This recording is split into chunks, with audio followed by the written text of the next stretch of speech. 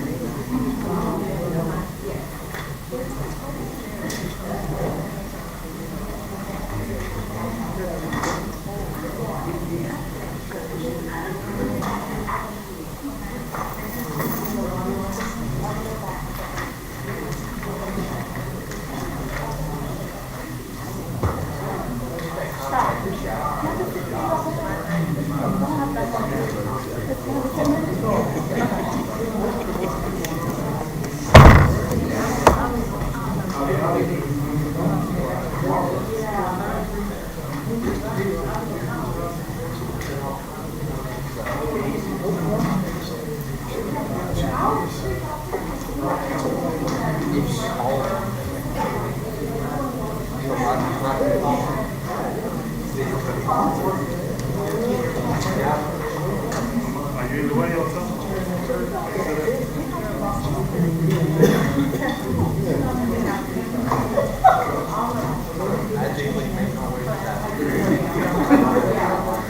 That's all right, man. You all good. Yeah, I think so. I know so. You know right where the money's coming from? Yeah. Right? Financial?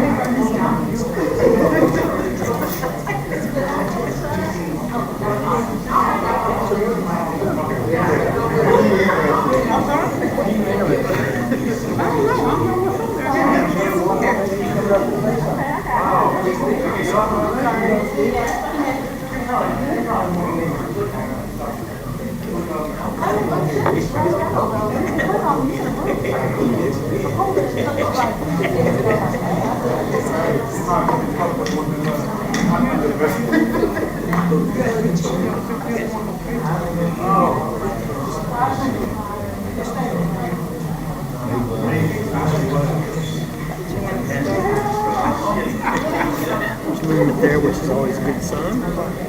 Microphone's on. Oh, that's fine. That's fine. Okay. Yeah, so all we gotta do now is transition. It'll be about 30 seconds.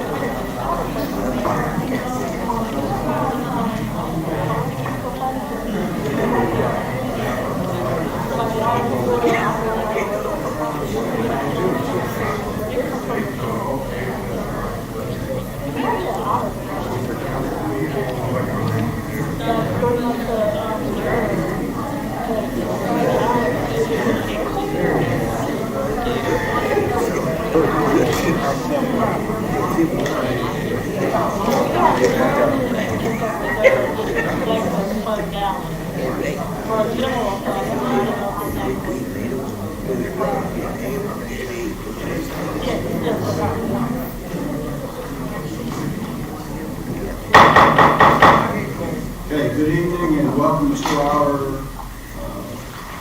monthly council meeting for February 20th, 2024. Okay, we have all of our council present tonight. Okay, and we're going to ask Pastor Thelma Daniels of the Faithful True Fellowship to come and offer our invitation tonight. And I'm going to ask Mr. Julius Butler to do our American flag, and Mr. Roscoe Ward to do the Texas flag.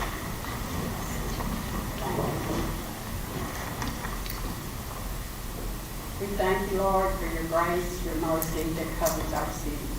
I lift up our city council and our local leaders to you. I ask you, Lord, to grant them wisdom, integrity, and insight to make decisions and plans that will cause every aspect of our community to become better.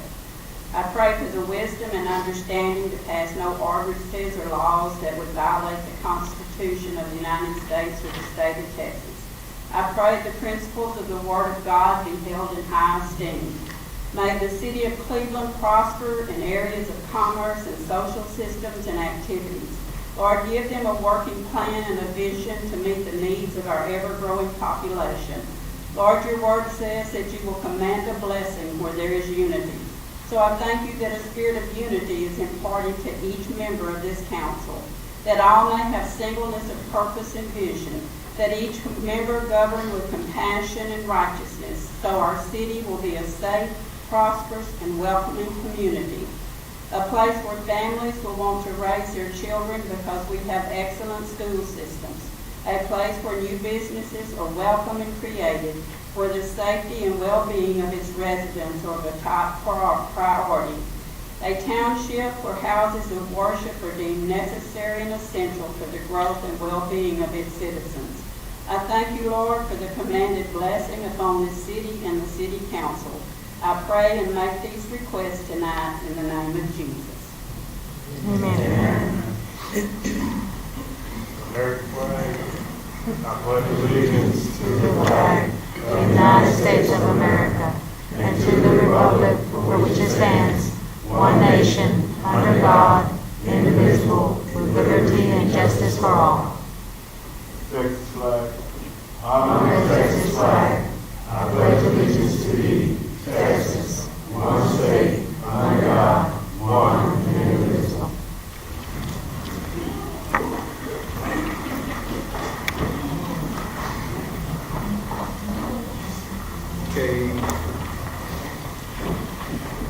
Okay, we have a recognition.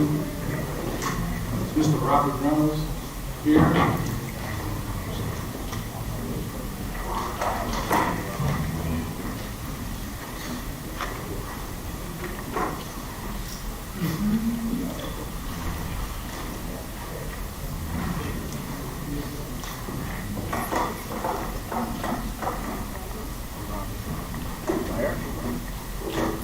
Robert, I just want to present this award to you.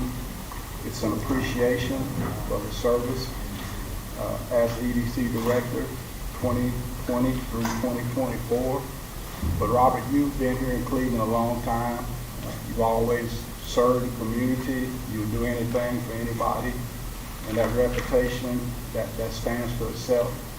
And it's an honor for me to present this to you. And I wish you well in your retirement. And as you told me the other day, that you're not going anywhere, that you'll do anything that's asked of you to do. Right. And we just thank you for your service. Well, I appreciate that, Mayor, and correct. I'm not done. I've served this city for many years, and my plans is to keep doing what I have been doing. I'm going to serve the community, the business, and our local business, and our upcoming business, to represent the city for the betterment, for not for me, it's for y'all. So, thank you. Thank you, sir. Appreciate it.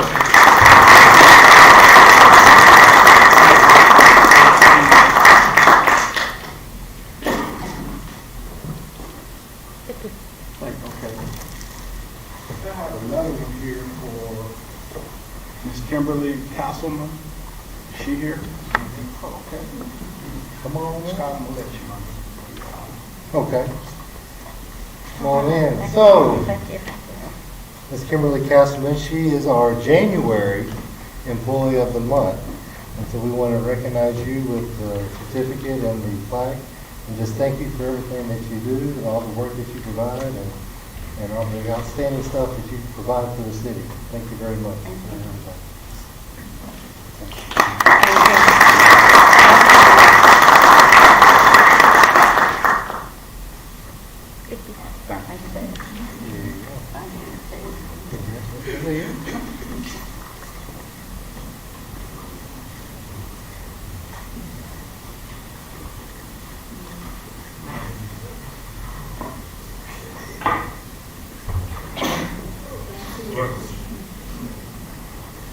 Okay, we're gonna move right along to item number 5.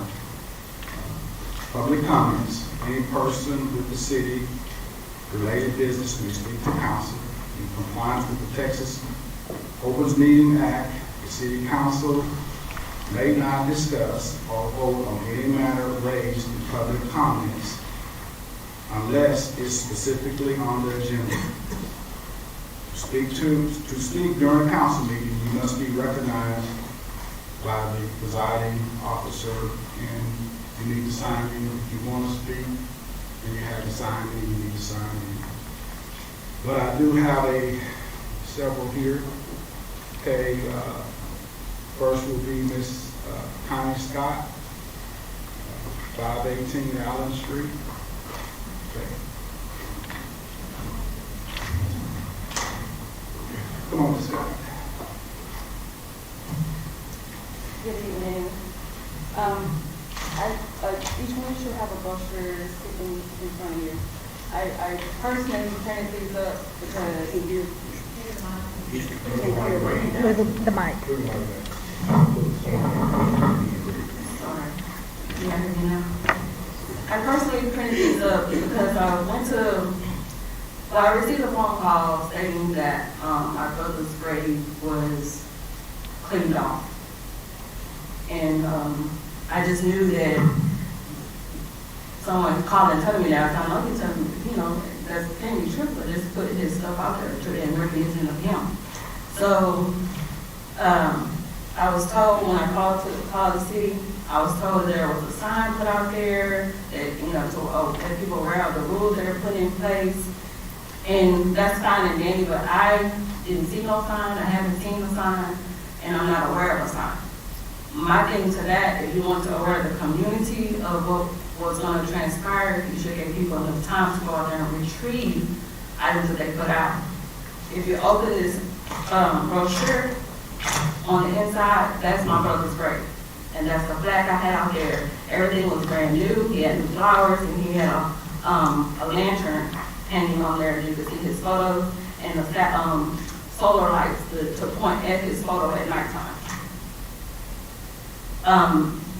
Nothing about that is not beautification. Because y'all say beautification, and to me, the meaning of beautification is to embellish, to make it beautiful, to bring in something that you can adore, and it's inviting. And what you all have done, or whatever the city works people, or whoever's over the cemetery has done, is really caused more grief on people that has put things out there in remembrance of their family members, and it's not okay.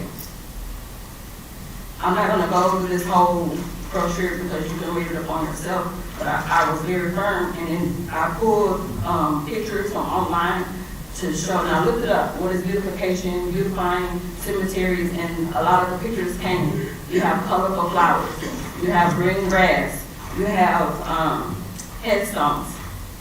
Unfortunately, my brother doesn't have a headstone, but on his flag was his picture, his name, his birth date, and his death date, and in remembrance of signature on it.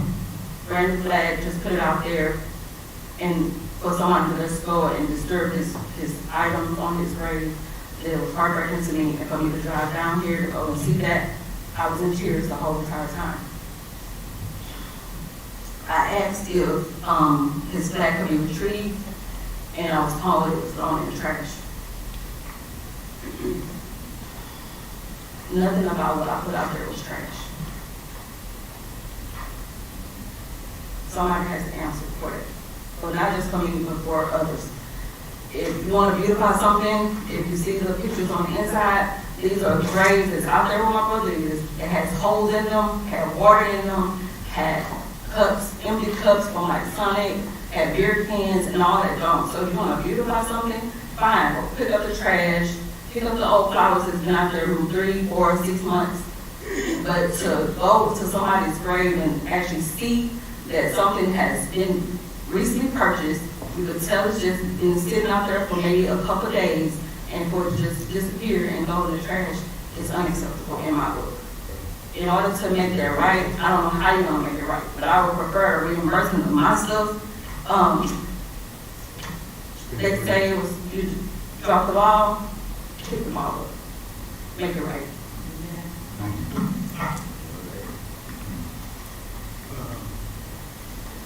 Next item on the agenda. She can speak again if she'd like later. Okay. We can speak also. We did get to that agenda item, if you want to go out of order, but not under. Well, I'd like to speak on that. Okay, next we have Mr. Claude C. Wheeler, 855 County Road 2309. Mr. Mayor, I'm taking the conclusion here to speak on item number 13. Is that correct? You what? You're here to speak on the prosecution? Yeah. Okay. Yeah. First of all, I appreciate you all allowing me to speak and tell you what my problem is. I'm full-time Floyd Wheeler with Coastal Flooring. I live at 855 County Road 2309 for 64 years. And I've been in the Fort Miller business all my life. And we did the fire station.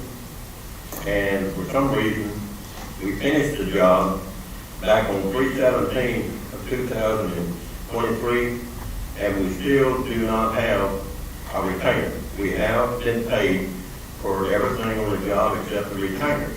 But you know, to me, someone, whoever's holding this up, we need to know. I need to know as a subcontractor so that I can push to get my money.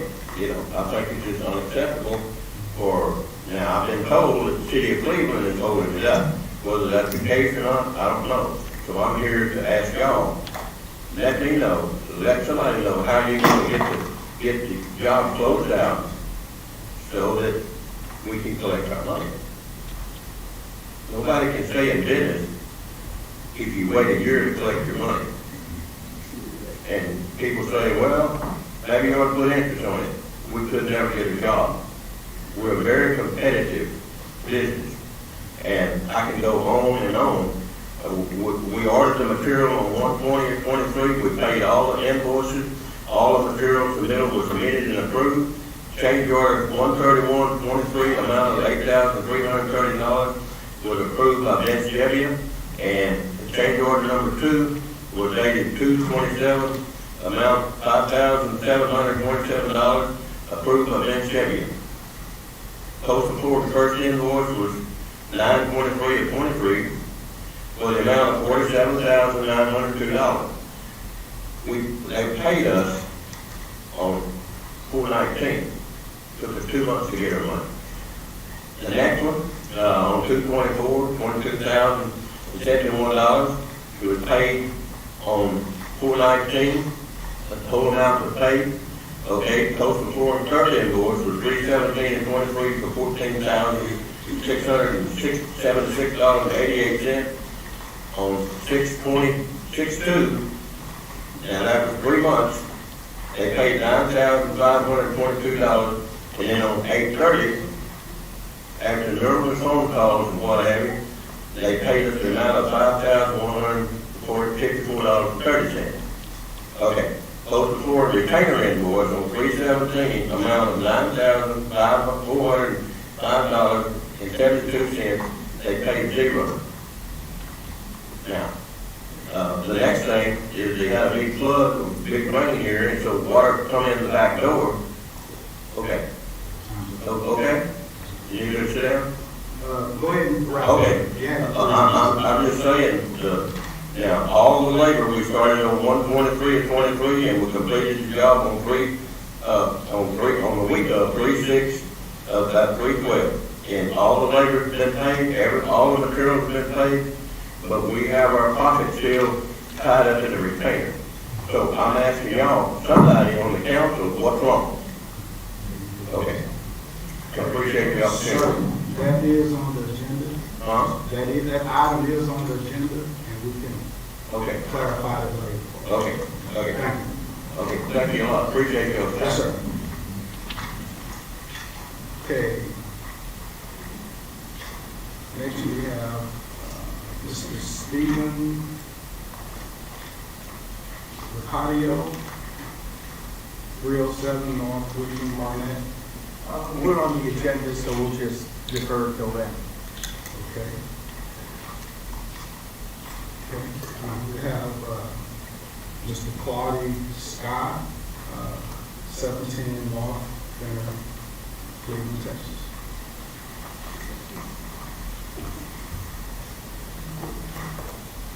Good evening.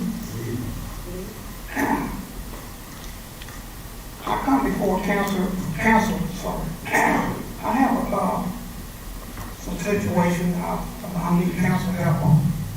One is the railroad crossing at Odell McDuffie and Vine Street. I've called the railroad half a dozen times. I spoke to people at the railroad, you can get an answer. And finally, I got with Roger, the public works director, and we went out there and I showed him the railroad crossing. He actually took pictures of it. Said he was going to send them to the railroad. Okay. 3 or 4 weeks ago, I noticed the railroad had put some material out there because like they were going to fix it. Stay out there for about a week or so, and everything was all done. I'm like, why not? It's like, did they change their mind about fixing it? But that is one of the busiest crossings, in Cleveland, in the whole neighborhood. You got school buses running through there. It's real popular. People go to church. You got churches down through there. And I need council to, get the railroad out there to fix that crossing. And what's going to take? Because if they don't get out there and fix it, I will call channels 26, 13, 11, who I need to call to get that crossing fixed. This is ridiculous. I tell my wife, don't even go crossing. Go around. But I don't want to tear up my automobiles because people not doing their job. Okay? That's number one. And number two, the 18 blowers that's coming through our neighborhood off of North St. December. I guess that's where the GPS sends them, I don't know. Off of North St. December and turns and comes down Fender Street. And in the process of turning, crossing that railroad track, everyone had just about hit the railroad lights, signal, flashing lights. So you got 18 wheels, you got tankers, you got dump trucks, you got log trucks, you got all these different people from wherever they come from, is just coming down Fender and just turning it up. I mean, where we have streets now, we need to get fixed. Get on the 18 wheels coming down and turning them up. And I would like for council to consider about putting a speed limit sign there on Fender. I'm saying from Vine to 787. But people come flying through there, 40, 50 miles an hour. So we need some kind of stop sign there. I mean, a speed limit sign. Now, there are signs up there telling these 18 wheels not to come there, but they come anyway. So I don't know if our police officers just don't know that they're not supposed to be there, or maybe we just need to put a bigger sign that says no 18 wheels and put it out in English. But right now, all we have is a symbol of 18-wheel truck, tell them not to come. And clean up Cleveland. That's my last thing. Clean up Cleveland. We need to do a better job. We only doing it once a year. That is not enough. You come down Fender Street, you go down here at South St. Center, down the railroad track. Then my wife drove through the other day. I want to show her all the trash. I mean, I don't know where all this trash is coming from, but I mean, we need to do better. Before the mowers go out and mow, we need to get this trash picked up. I mean, it's just ridiculous. I mean, you want people to come to Cleveland and see all this trash? Time you come into the city limits, trash everywhere. Okay, well, I need more than that, but I'm done. Thank you for your time. I'm sure I'll be seeing that very soon. You know what? Oh, yeah. I'm sure. I want some stuff now. Taxes going up. Okay. Lisa Luana Reed, here. Yes. 509 Allen Street.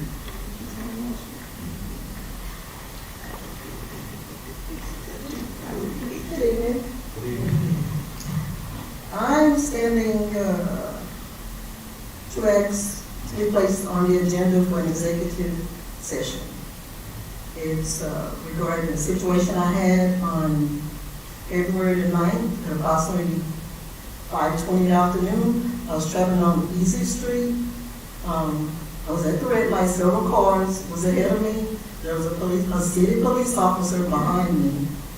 And I heard the sirens go off, and so I'm like, well, maybe he's trying to get through traffic.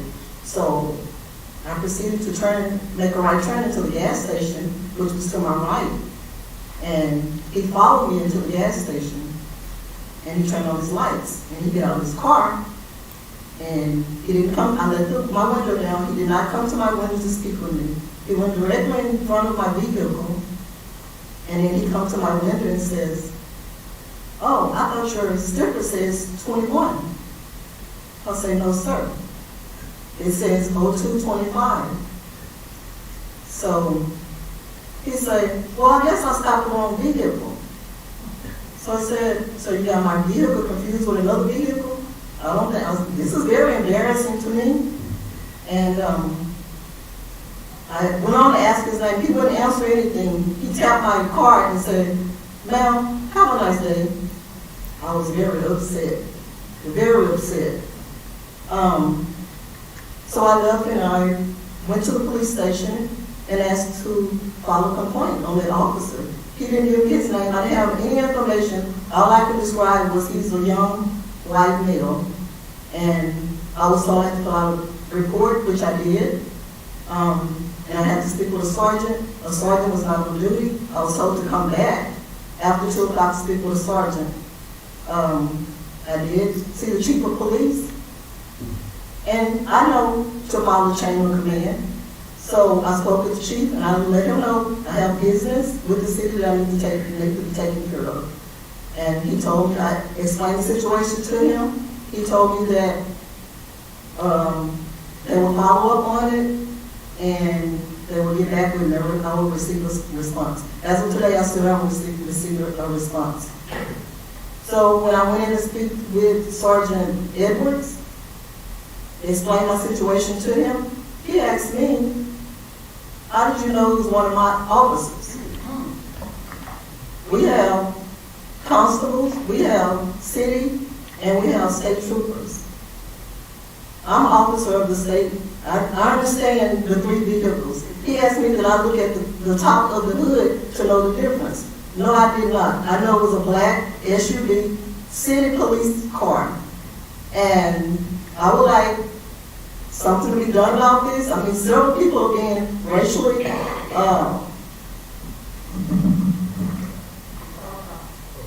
profiled here in this city. I've heard a lot about it, but until it happened to me, I had to stand up for it. So I'm asking that the city would take care of this situation. Thank you. Thank you. Am I going back? Even though I want to. Okay, we're going to move right along to item number 6, reports from members of the council regarding attendance boards, commissions, social functions, conventions, workshops, ceremonial events, press conferences, candidate forums, and similar events where no formal action is taken and discussion of public business incidental to the event. And I'm going to start on the end. Councilman Buffett, do you have any comments tonight? The only comment I have there is Tuckett had a grand opening a couple weeks back, and it was a great turnout. The building turned out very, very good and nice. And I'm glad to see him finally get that going over there. Thank you, sir. I was there also. That was good. Councilman Ward, do you have anything tonight? I'm just gonna say that piggybacking on him, yeah, it's awesome. Tough Kids is awesome, and also the senior citizens opening a new boutique. Also, had a ribbon cutting, and y'all need to go by and check it out because they have a lot of things there. Instead of it being on the right side of the senior citizens, on the left side, it's a bigger building, but, you know, go by and, you know, because this is for our senior citizens here in Cleveland. Go by and support them and do whatever you can to help support them to keep things going, Meals on Wheels and everything else. Just go in, you know, so you can show your support. And if you have a donation, drop a donation, whatever, because this is the city of Cleveland. And because we all getting there. You know, we're not there yet. So I'm going to say we're not. But I know I'm there, and I thank God for the senior citizens. And like I say, I'm going to do whatever I can for them. And a lot of rest of y'all need to do the same thing. Okay, thank you. Okay, Mr. Lowry, do you have anything tonight? Yes, sir. Mayor, I attended the airport board meeting on February the 1st. We had several things on the agenda. One thing I'd like to compliment Roger on helping us get the airport certifications complete. We have one more project on that. The fence on the west side is being constructed now. It's been a little bit slow because of the rain. And if anybody knows anything about Tarkington, you don't get off the pavement when it's raining.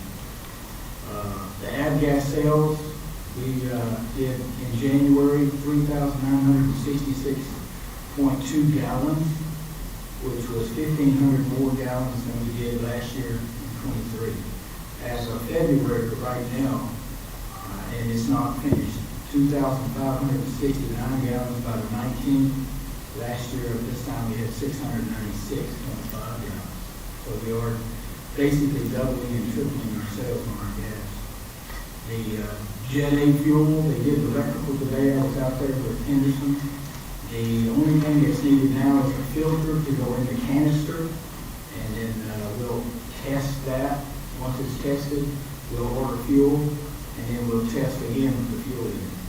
So that will be complete pretty soon. The one good thing is that they now have a handheld radio, so they can travel anywhere up and down their complex out there and stay in touch with what's going on as far as the aircraft. Other than that, I'd like to thank Vicki and Roger for all of their work. They seem to have the unity going out there, a lot of momentum. Things are looking great. Thank you. Okay. Ms. David, do you have any comments tonight? I do. Shout out to the EMT. Yesterday, my mom was at school and her blood pressure was extremely high. So we had to come into the school to pick her up, and they had to take her chemo. But they did a really good job. They did EKG on her, and it was good. It was really good. It was really good response. John? Okay. Mr. Terry, do you have anything tonight? Yes. Last Friday was the last time you turned your application in front of the council. And I didn't sleep much for several days. I made the decision not to because I feel helpless. I feel like I'm disappointed in myself. I can't seem to convince people that what I know is for the good of the city of Cleveland. When I heard these people talk, that just made me know we're not doing something right. So I'd like to keep the rest of my thoughts for the interim council meeting.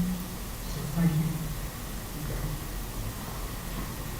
Scott, do you have anything? Okay, well, I'm very good at one thing. I just want to, is Lance still here?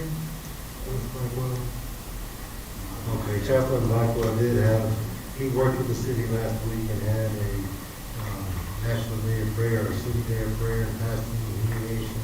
He just wants to say that he did a great job putting on that event for us. Did a great turnout. We took the time together to pray for our city and our leaders, and so I just thank him and all the efforts that he had to do that. all you have? Okay, for me, the only thing I have, it was last week, TDC is now operating in Cleveland, the prison here in Cleveland now. And I had a chance, the warden came, I had a chance to meet with him last week, and he is pretty excited, about being here in Cleveland and getting situated. And he brought up to me that, once he get all those people in place, that we were going to continue what do you call it? The inmates. With the inmates, yes. The inmates picking up the trash. And that will be a big, big help to our public works. I mean, that's something that we had done for years. And during the time of COVID, all of that got shut down. Okay, and in the interim, I mean, it's really, really noticeable. But he wanted me to inform the citizens that here pretty quick, they're going to get back, online. And he was looking forward to working with us. And we can really use the help because I take my hat off to the public works guys. I mean, they really could use some help. They're short on numbers. They work long hours. I tell them all the time, keep their head up. I appreciate it. A lot of people don't realize the work that those guys do. They all work pretty hard. But that's a plus that we're going to get TDC back in line. And I think that we'll start seeing a big difference on that. And that'll also coincide with the cleanup cleaning. We're trying our best. The old saying, it's not the hand you dealt, it's how you play your hand. And this is the hand you've been dealt. We're short-handed. And I understand, people, they're only interested in the end result. But the city is doing the best we can do. And I do understand, people. And in a lot of cases, that's how I am too. I just want to hear the end results, people. I don't want to hear excuses. So, but that's all I have, and we're going to go now to the consent agenda. All consent agenda items are considered routine by City Council and will be enacted by one motion. There will be no separate discussion of these items unless a council member requests an item to be removed and considered separately. Okay, and that'll be item 7 through 12. Okay. Mr. Mayor, for us to have item 11, part D, I have a question on that, that's all. Could you allow me to ask it now, and probably sell it, and move on to consent? Okay, that'll be fine. Okay. Chief Broussard, you had asked for 3 sort of police trucks. Is the reason why we don't have SUVs to police trucks? Based upon GM's delay and strike, they hadn't built an SUV in over a year, 2023. They will start again mid-May of 2025. There's no SUVs to be found. That's why you see many trucks out there now throughout the state of Texas and around. They're not manufacturing any other police vehicles. I thought it might have been Yes. So you have to. Yes, thank you, Mayor. Yes. This is what the buy board is also asking agencies to consider the trucks. Well, I know the SUVs, 3 years ago, it took us, what, 2.5 years? Yes. Once we got them here to outfit, it took longer. Yes. Are those all back in action now? Yes, they're all back in it. Yes. So these Fully three, on the street. hopefully these 3 trucks will be available to us within a year. They hope within a couple of months, within 3 months after we order them, I give them a PO number, they should try to get them to us. Okay. Thank you, Yes, Chief. you're welcome. Mr. Mayor, I'll make a motion to pass the agenda items 7 through 12. Okay. We have a motion by Mr. Terrell, second by Mr. Lowry. All those in favor to approve the consent agenda? Okay, motion carries 5-0. Okay, now we go on to discussion, possible consideration on the following. Okay, item number 13, update on fire station number 2.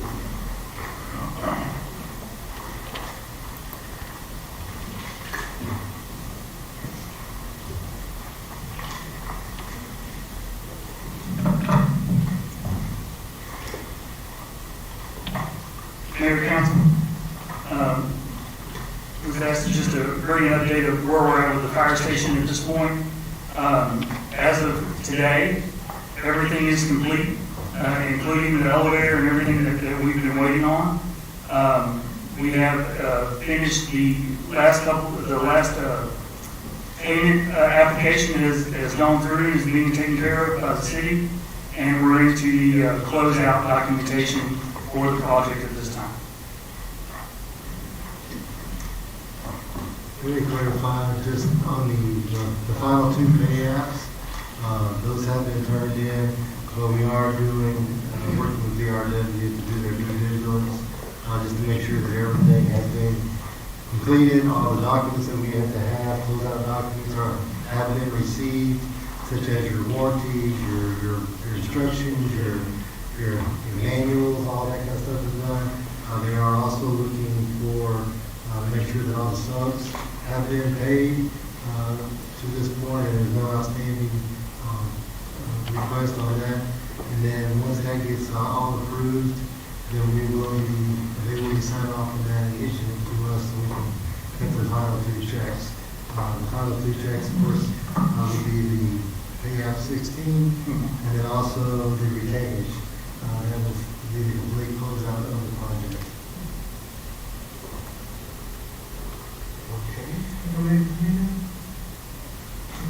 Sure. Chief, when did the fire department actually take over the fire station, actually operating on it? I don't remember the exact date. It hasn't been very long. Take a shot. What month?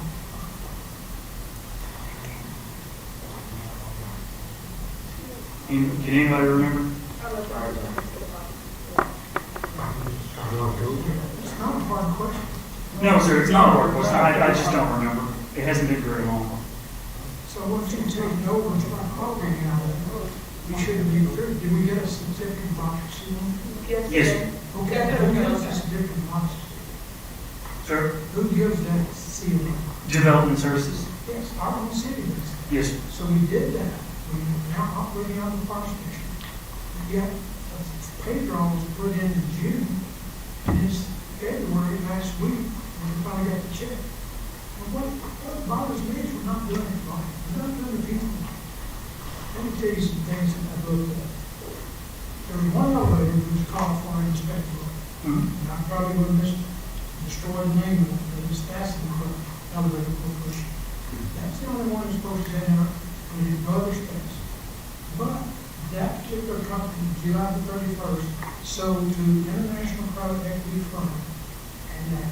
So the only bid the contractor got on this was from Schindler. And Schindler is probably the third rated elevator company in the United States. Otis is the top. I checked out on Dover. Dover sold out to these people, Price and Crump, in 1999. So we should really have a spec book to specify that, unless they are still operating under that name. And so the elevator has been a problem of ours, and it's easy enough. If you have a problem with the elevator, and you could have very easily separated that out, and the people who've done their jobs, plumbers, electricians, painters, concrete people, dirt work, their money is tied up waiting for the elevator. And that is not right. We ought to be smart enough to figure out a way to sit down with the architect, with the contractor, and get this established without having to pay $7. And we did that. We met with them. We did ask them to go ahead and resubmit pay app 15, which was the one that was. That was right after they submitted pay app 15, which would have been June, July. We told them that they could resubmit that pay app and remove the elevator, fire alarm, and there were several other items that had not been completed that they had on that invoice. And then we paid them for those projects that we completed. I brought this to your attention, Scott, about 2 months ago. And you came back and told me that it's the pet punch list is what's holding you up. So my question is, it's been 2 months ago, have you called a meeting between the architect and the contractor to sit down and try to settle this? Yes, we did that. The last 2 months? This has been completed. Now, they have in January is when they finally got everything completed. And so then they Yeah, but here's the thing you don't understand. When you say completed, what are you talking about? A hanger? The guy who did the concrete work? our contract is with N&T Construction. So the That's final correct. payments is for everything that they have done, which is everything under their responsibility. M&T is responsible for paying for subs. I And the understand individual that. painters. They're not giving you a lesson on construction, either. I have stayed out of this project because all I did was get upset when I see that things are called for that are not even respectable correctly. Does anybody in this council, anybody on this board know that? And Sean, I don't want to put you on the spot, but you handle the communications, that the phones and the internet and stuff. The phones and the internet and everything was done through the IT department. Did you have problems with GTE? With AT&T? No, GTE. Who the phone company was? AT&T is the phone company. Okay, did you have a problem? It took some time to get it done. Did you not do everything you possibly could to get it? Just, But you know what, it's just, that's a humanistic service. He did the best he could. And I think this contractor did the best he could. And there's a way to sit down at a table and decide, if the elevator's the problem, pull the elevator out of it. And did you also realize that we have $131,000 in the contingency? In other words, that, they started off with 150. That's a pocket of money that's sitting there to cover any loose or anything that comes up. So there's $131,000 that easily covered anything that a subcontractor had done on the pump station. I am very disappointed in the way this city is handling the fire station. We got in it, we operated now, we're using it, but yet we haven't paid it. Now, I understand the check came to Mr. Nick Calvin last Tuesday. It had nothing to do with me because the check had to be already been paid. But I said, do you have any other pay girls that you don't turn in? He said, yes, it's the retainage. And it's like 5% of the whole job, which is about $259,000. I used 256, I don't know the exact number. And out of that, he's turning back into the city the $131,000 for what he used. So I just don't understand why we get to this point. We're operating out of it, we're using the building, the facility. And yet we've got people like this gentleman over here that haven't been paid. It just takes common sense to do this job.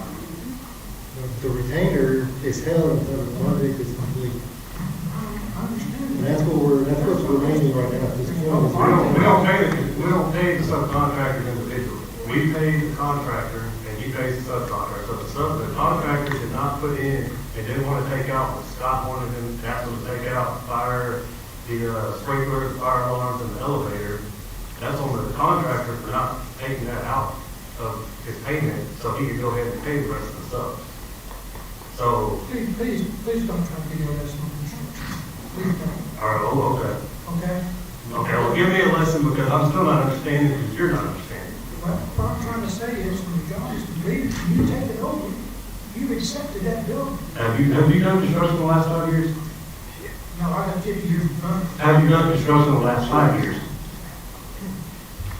I've been retired for 20 years. Okay. You don't get your retainage till everybody signs off. Till everything's signed off. Don't matter who it is. You can sit on a year, 2 years. Unfortunately, that's how it goes. That's how it works now, unfortunately. It's not like it used to be where you go get a check, you tell the guy we're done, you get paid. Okay, are you willing to listen to me? I haven't said a thing about the retention. I'm talking about the pay girl that came in June and it didn't get paid today. And then what was the reason that it didn't get paid? Because he, the contractor himself, did not take out what he asked him to take out. Some of his contractors here, he didn't want to get involved in this. He didn't really want to talk to me. But he's talked to me recently, and he does understand. I know what I'm talking about. I do know what I'm talking about. I didn't say he didn't, but you Yes, you are. You're challenging me the fact that I don't know what I'm doing and what I'm talking about. I'm telling you, don't go to school with me on construction. Okay. Or architecture. Okay. Thank you, Sean. You answered my question. You taken it over, did the best you could. But we still got delayed because of that money. Okay. We cut in a little earlier. When did the actual elevator get finished? End of December. Okay. Mr. Weaver, did you finish your job with the floor, with the elevator, plus it construct, plus it gave it? I put the floor in the elevator. After it was there, so you couldn't finish your job, so the elevator down. When we laid the floor, there was nothing for the elevator shaft. Correct. Okay, so they did install the elevator. They could not install. So I don't know what the problem was, whether NMT wasn't paying them or what the problem was, but they finally lowered it down so we could get in there and do a 2-hour job. Okay? When I asked Mr. Dennis Scott, he said, Fred, you can't just point your finger at one person. There's a lot of fingers to be pointed. So what I'm trying to do is just get the job finished, get people paid, and let's get on down the road. Because it's embarrassing to me, for me representing the city, that treats contractors this way. Okay? Mr. Lee, would you take the podium, please? I'm just reminding council, this is an update on the status of Fire Station 2. This is no kind of inquiry that's been posted or anything of that. Mr. Lee, you are a city attorney, and I've tried to talk before, and you shut me down, and you said, I can't do it unless it's on the agenda. This item is on the agenda, and I'm bringing it up. Mr. Weaver, have you done your best to do the job and finish it? You said you've been through since March. Of 2003. And you paid your materials? We've got lane releases from all the suppliers. We paid all the material. And what I'm trying to say is, Tony, man, I'm not, if that electrician or that plumber do not come in, they'd be calling me too. So he's the person I'm representing. So you paid the materials. What if you didn't pay the materials? I'm sorry, what? If you didn't pay the materials, what would happen? You couldn't. They wouldn't let me have them up here. On your next job? On the next job. Okay, what about your labor people? Same thing, they just quit. So you've done that part, so really what we're waiting on is your money. I'm waiting on my own, on the retainer. And did you get called back about sometime where it rained and caused leakage inside and messed up your? Yes, here recently, yes. And that gentleman there knows that every time they had a punch list, we took care of it immediately. And the last time, when it come that big rain, that open place up there, all the water poured down through there and run through the door or underneath the door. We repaired it. I went down there, took the tile up, and had to wait on it for about 2 weeks for it to dry. We went back and we repaired that doorway. And I wrote them, Jetty a letter, told him, the water either come from underneath the threshold or between the door and the threshold. And I sent him a bill for $200. Obviously, he hadn't paid. When you started the floor upstairs, the architect called for a certain type of floor, right? Yes. What was wrong with that tile? You had to do something, and for you to guarantee your floor, what did you have to do? Well, we had to use the material that the architect specified. Yes. We could not change it. He wouldn't accept any changes. Yes. That's the problem with the construction industry today, because the architect, they specify things, and so they can't get competitive price, because when they specify that brand and that color, well, they can just charge whatever they want to. What I'm trying to get to is, you told me that there was certain material, something you had to do to make it waterproof, and it wasn't actual change order. It had to be No, that was on the flooring top. Okay. But it was on the second floor where you would get them, right? Well, yes, the big issue was the second floor for the wood flooring. Okay. And what we had to do was go in there and use, well, first of all, I recommended, the architect said use this. That's what we did. But when I walked through the job, I knew it wasn't going to work. So I told the architect, and the designers were there and everything, I said, you need to let us put a solid membrane, not something that you brush on, because it's not going to work. It's going to run down on his desk.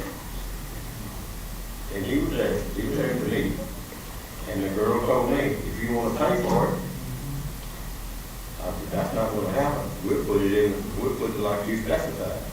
And we're going to recommend against it. So, in the end result, Nancy Javier said, we want to use the fluid system. I said, man, you're talking about an expensive process right there.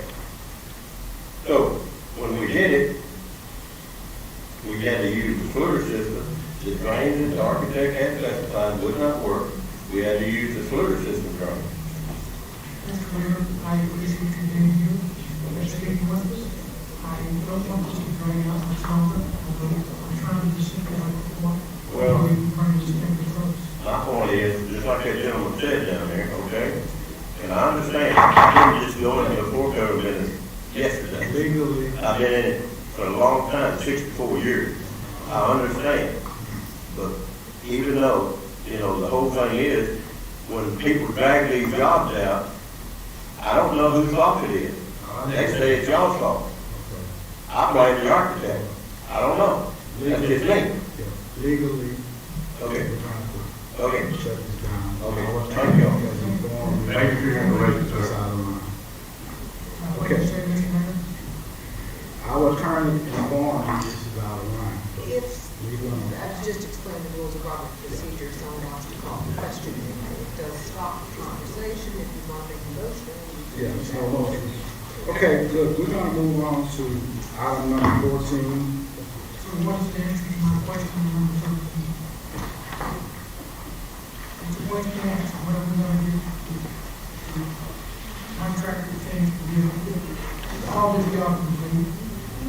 And that's what they're working on right now, so we hope maybe in the next week or two, we'll get all that documentation, and then we can go to check and release it. Everybody on the board here understand the contractor does what the rest of them do bond. When you bond it, that's like the issue for us. And that's all I'm gonna say anymore. Thank you. Okay, item number 14, approval of an ordinance abandoning the city easement for health center of Southeast Texas. South Texas. Southeast Texas.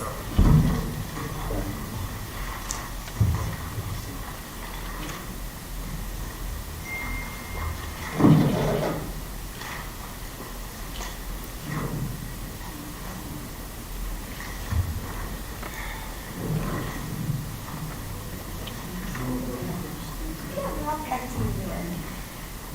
So this is for the abandonment of the easement. This is for the intent of placing a portal building there and to create more space for the health center, as well as in the future it is to be expanding the building as well to provide more space. And I have Mr. Wisdom here that can give us more details on that.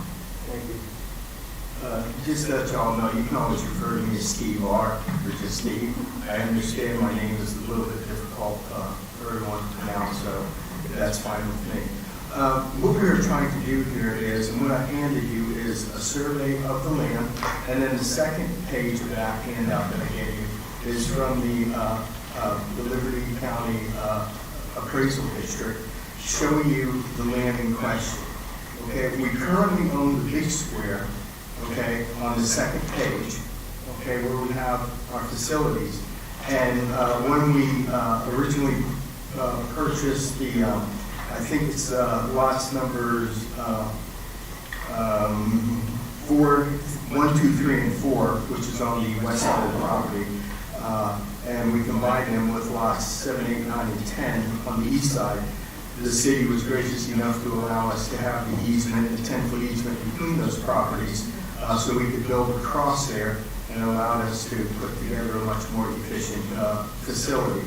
We're asking for the same thing with these last 4 lots on that particular block. You know, lots 5 and 6, and lots 11 and 12, there's a 10-foot easement between those properties. We would like to be able to, when we do our future construction, be able to go across that and will make for more efficient use of the space for us. And so that's why we are here. As she already alluded to, we are anticipating it will probably be about 3 years before we actually get some construction done there. First, we would have to go to an architect, get some plans drawn up.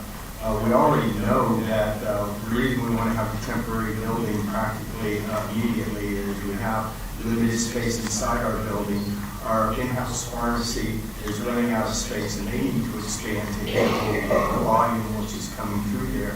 And we can move some people who are, in essence, they do a lot of, they look up people's insurance, they work with them, give them into different programs and stuff available for them for their treatment. And these people who are mainly clerical can be moved out of our existing space to allow for expansion internally of our clinical side so that we can handle the volume coming through there. So that would be immediately, you know, we would get in like a construction trailer, but it would allow us to put about 10 to 12 people in there who could work pretty much exclusively on clerical stuff while we expand internally and then develop the expansion that we see in the future for additional medical services that we would be able to provide in that building. And so that is the whole point of us asking for that easement. And we would pay for it to, go through the county and get them to redo that so that it gets replatted, I think is the technical term you would use for that. And so that's what we are asking for here. Do we have any city utilities that run through that easement? No. Or any utilities at all that we know of? I gathered all that information when I requested it from Mary Ann, or cleared all that. I'll make a motion to approve. 14. Okay, I have a motion by Mr. Buckley. Second. Okay, I have a second by Mr. Ward. Okay, all those in favor? Okay, motion carries 5-0. Item number 15. Approval. Yes, sir. Okay. Approval on accepting bids for real property.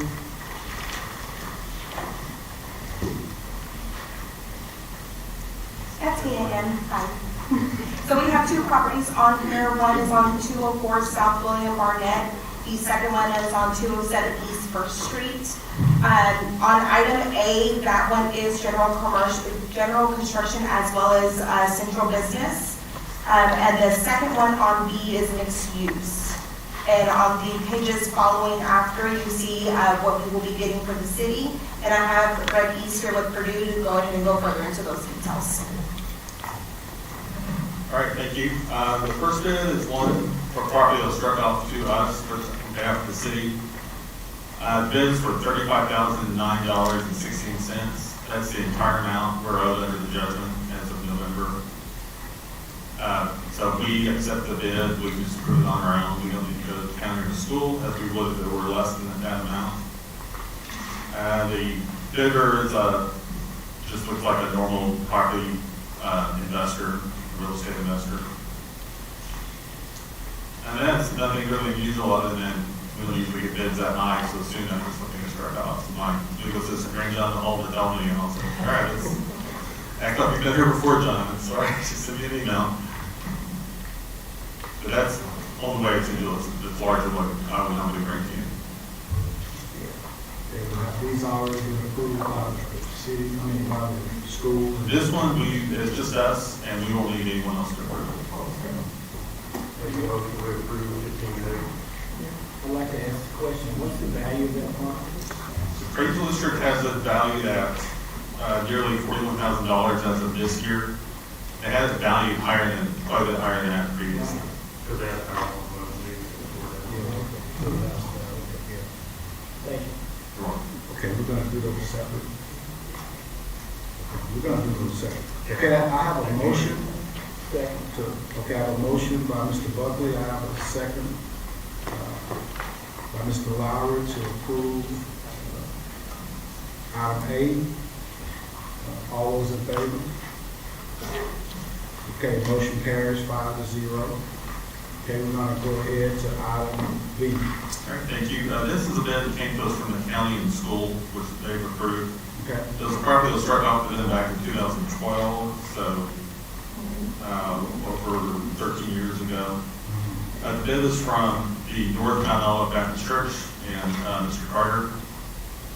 And I talked to him yesterday. This property is near their building there, so it'd be part of their church facility. And bids were $7,500.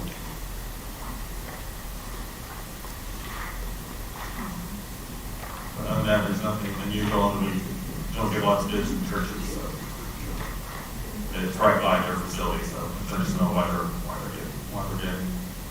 I make a motion we approve. Second. Okay, I have a motion by Mr. Lowry, and I have a second by Mr. Ward. All those in favor? Okay, motion carries 5-0. Okay. Thank you. That's all I Thank you, have. sir. Okay, we're gonna move on to item number 16. Appoint members to the following boards and commissions. Item A, Economic Development Board. Do we need to read off the applicants or just make a choice on? Just make a choice. Can we all work on? Mayor, we go through these committees and people put the name application. I just think we ought to at least acknowledge the fact of who they are, just about tell them who they are. I think there's probably 8 of them. Alice, do you have those? That's fine. I do think that. Go ahead. Okay, applications. I have it here.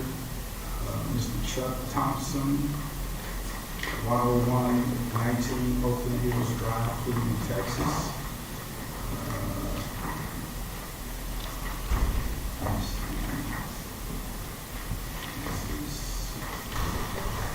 Cynthia Perry.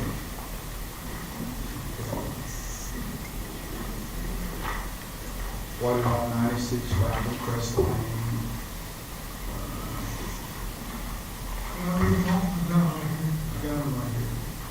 Darlene Davis, 1109 Toledo.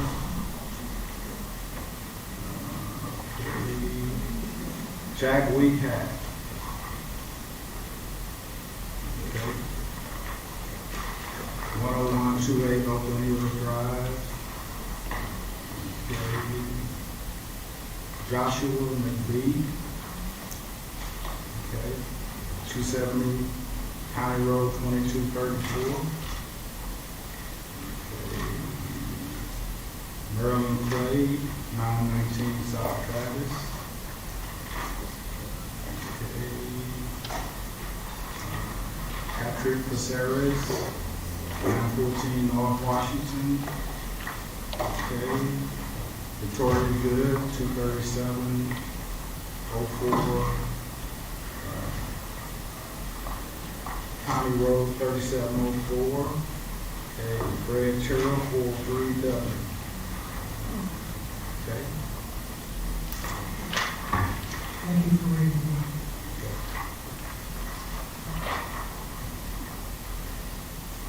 EDC, I recommend Chuck Thompson. Second. Okay, I have a motion for Chuck Thompson. Mr. Buckley, a second. Mr. Ward. Any discussion? We got a motion. Got a motion by Mr. Buckley, a second by Mr. Ward. Okay, any discussion? Okay. All those in favor? Okay.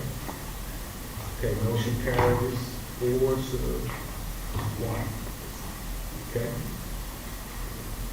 All right. Now we're going to move along to item number, item D, that'll be the Charter Review Committee. We do have an opening. Okay. Mayor, I talked to Chuck Thompson this morning, and I talked to him about both those committees, and he said that he would serve on both, either, or none. He's a very decent, nice gentleman. He's retired, financial background advisor. I think he'd be good on both boards. So I'd like to recommend him being on the Charter Review Committee. Mr. Thompson is here. Back in the corner. Okay, I have a motion by Mr. Terrell, a second by Mr. Lowry. All those in favor? Okay, motion carries 5 to 0. Okay, repair options.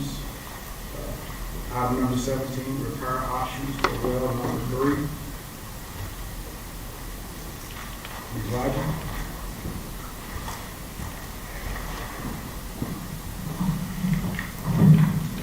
All right, Councilman. This evening package, you have some different classes of options to go from. We're just asking you which option you want to take.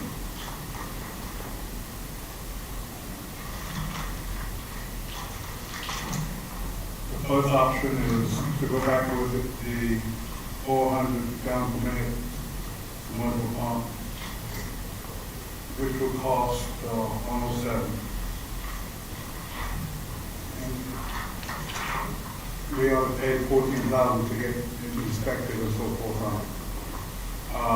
Another option was to improve the gallons per minute to 600, which is 131,000. Plus, on both of these options, you will have to increase the control panel, which would be $88,000 additional. What I'm asking is, right now, the existing facility, we have, plant 1 has 3 wells. Right now, we have 1 well running at this time. Okay, now Roger, you talking about the one behind Behind the water plant, behind the fire station, right down the police street.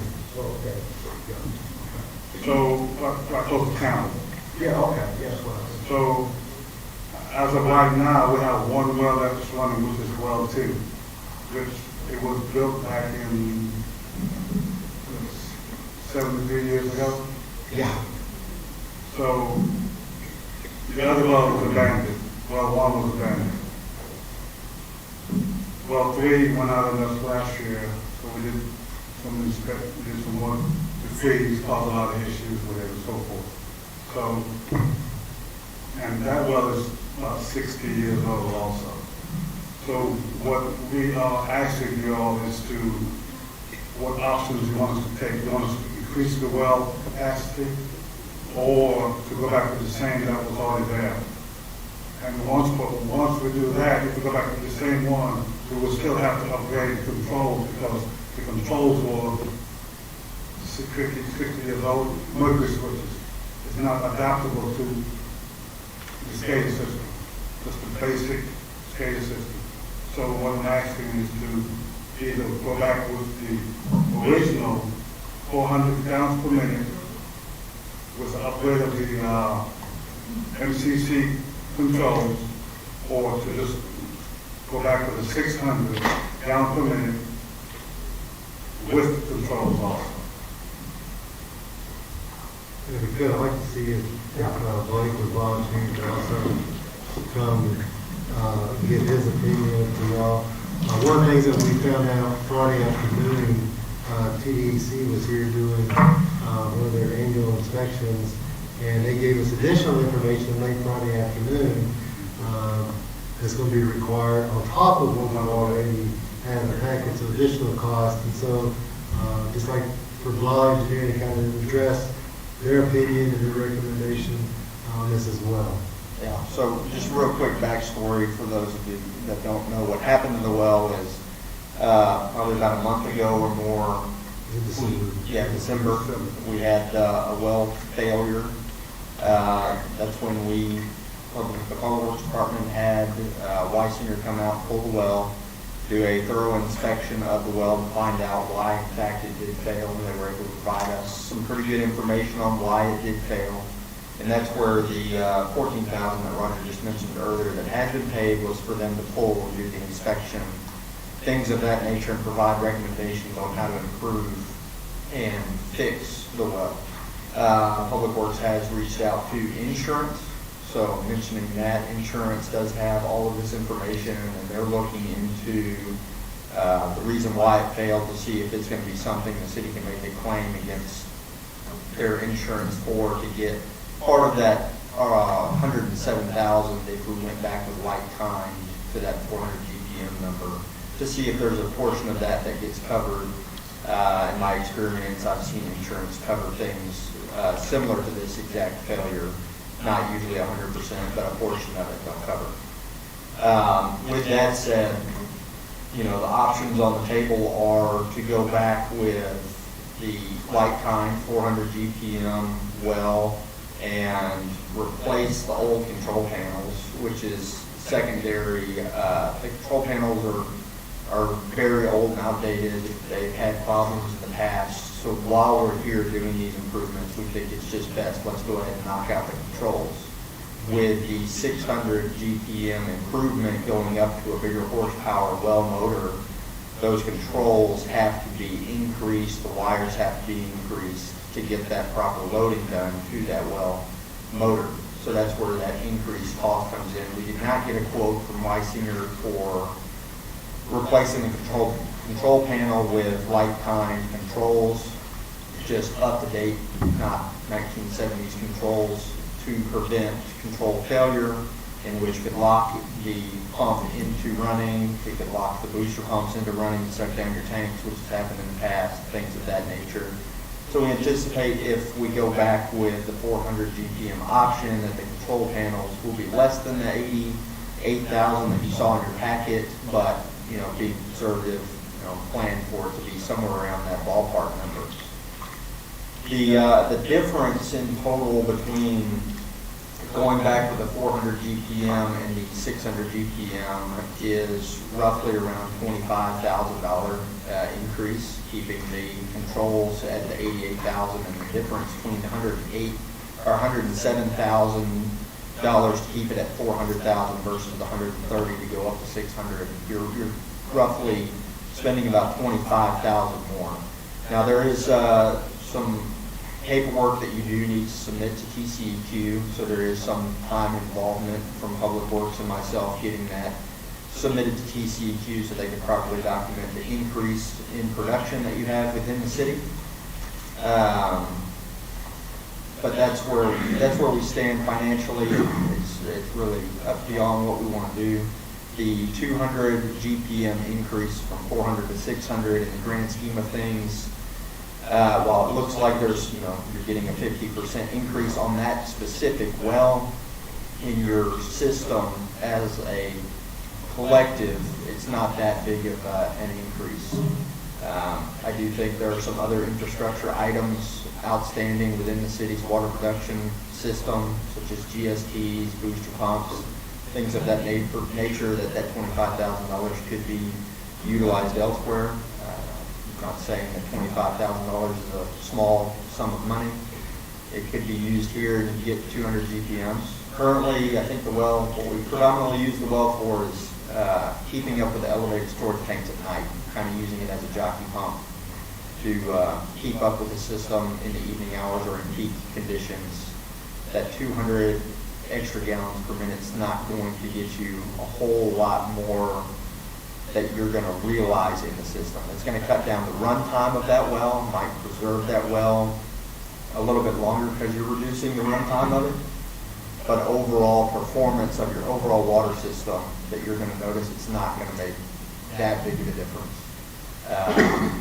So with all that said, I'll leave it up to y'all to make the decision on. So your recommendation is keep it at 400 gallons per minute? I think there's some capital improvements that need to be made elsewhere within the water system that $25,000 could be utilized for, or in the event that we have something else happen, booster pump goes down and we need to replace or do some rehab to a booster pump, that $25,000 could definitely come in handy.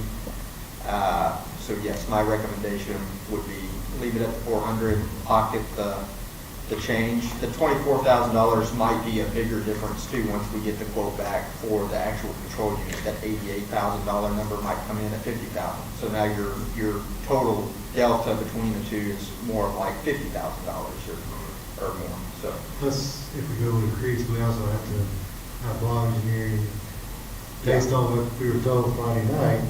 Is we're going to have him do the engineering and everything of this, which means we're going to pay them a fee.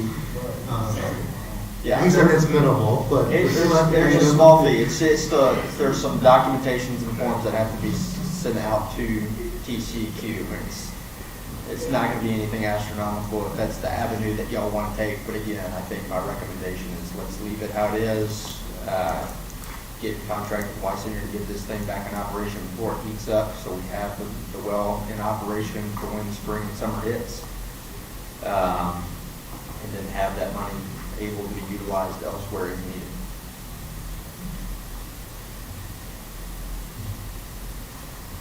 said, are we gonna wait for insurance to come back to say what we're gonna get before we completely approve this and figure out how we're I think we need to do it. Either way, you can have to approve it anyway, so once you approve it now, then once the insurance come back, then we have to. Yeah, so I think what we're asking you to approve tonight would be approving going back with the 400 GPM submersible pump for the total amount of $107,862, and then also approving the controls up to $88,378.00, and then hopefully we come back to y'all later on with that number actually being cheaper. And this will require a budget amendment at some point because we do not have this budgeted, but unfortunately, I mean, this is a crisis situation. It failed, it's going to have to be replaced. We are waiting for insurance, so whatever we get will help. Once we get that money, have that determination, then we'll know how much we actually have to do a budget amendment for.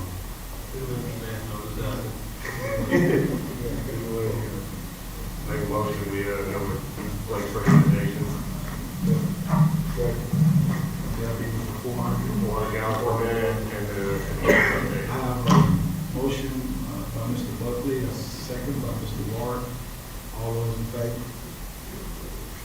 Okay. Questions? It doesn't pertain to this one. I asked them, I can ask the question later. What I would like to vote on. Okay. Motion carries 5-0. The city has a water well on William Street. What number is that? This is 3. That's number 8. Number 8? Yes. And we could pay about $1 million in drill and well. Yes, Drill and well. yes, yes, And it still hasn't been put on line. Is that right? Correct. And why is that? That's really honestly, and I don't mean to shut it Yeah, down, but okay. it really is for discussion today. Well, how's the public gonna know this thing? Go ahead, keep going. I just can't read. Okay. I'm sorry, Roger. Thank you, guys.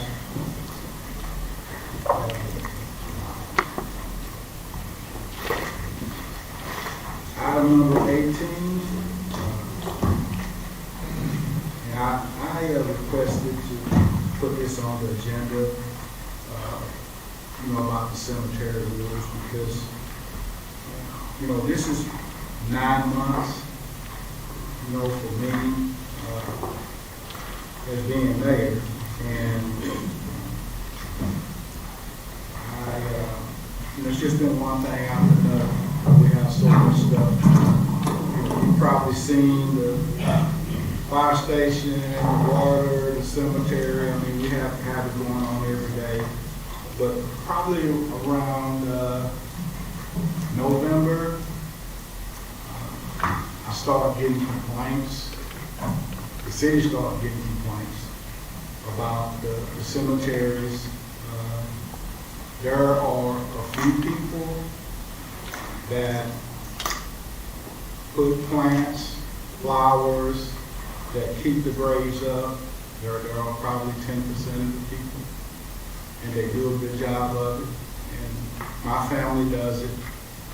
All our relatives, my family's out there at that cemetery, and I'm sure that we have people here on this board in all the cemeteries. We all have relatives on both of them. But 90% of the people put stuff out there and come back next birthday or birthday after next, or they don't keep it up. And it just got to the point of where, in hindsight, that's easy for me to say. In hindsight, it's always easier. We probably could have done it differently. But here over the last month, I thought about it and thought about it and thought about it.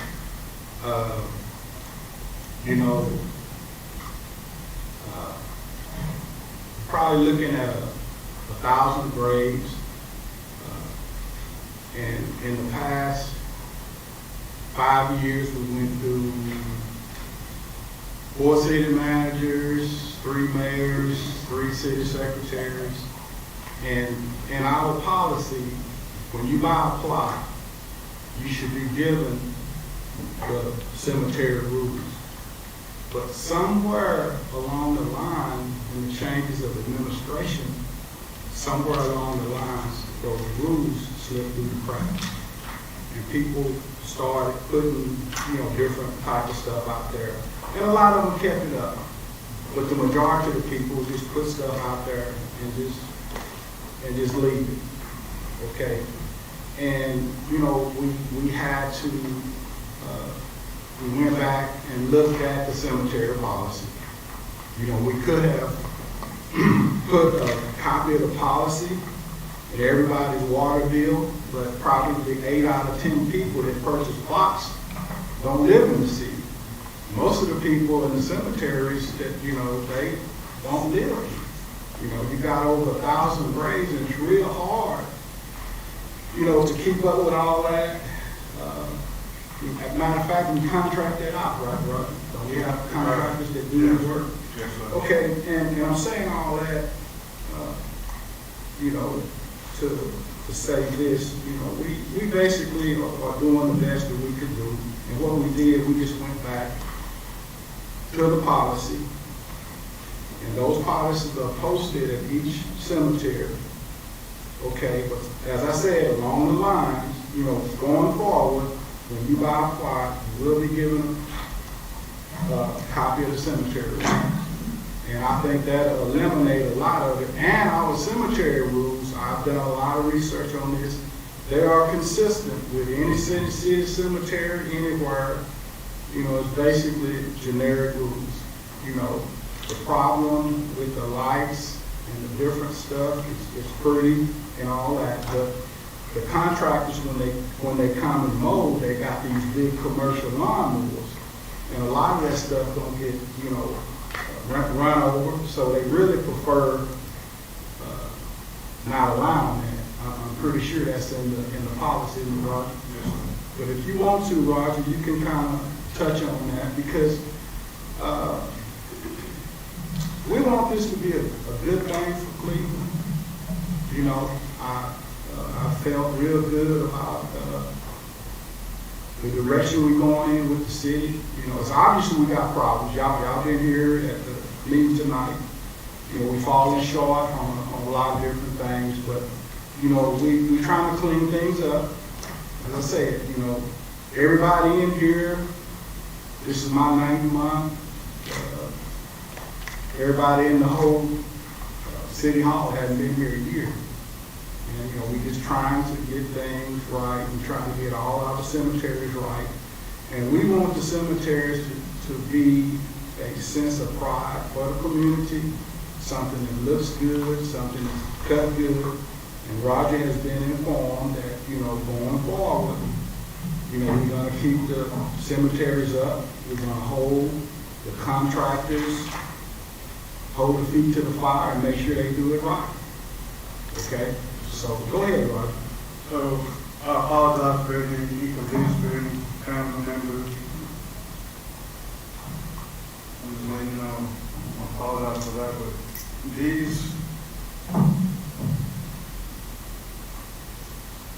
the notification on all of these graves, all these cemeteries was posted on November last year. We waited till this year to start cleaning them up. So, by me saying that, I understand everybody thinks differently as far as that's mine, this is mine, this is whatever, but in the ordinance of Cleveland, it says it has everything written plain and simple.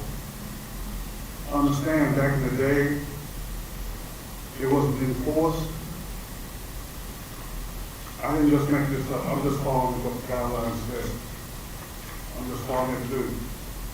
And before I made any adjustments, since these were approved by the council, I posted it on each cemetery here and all the cemeteries we have. And it's posted for 2 months before anyone touched anything at graves.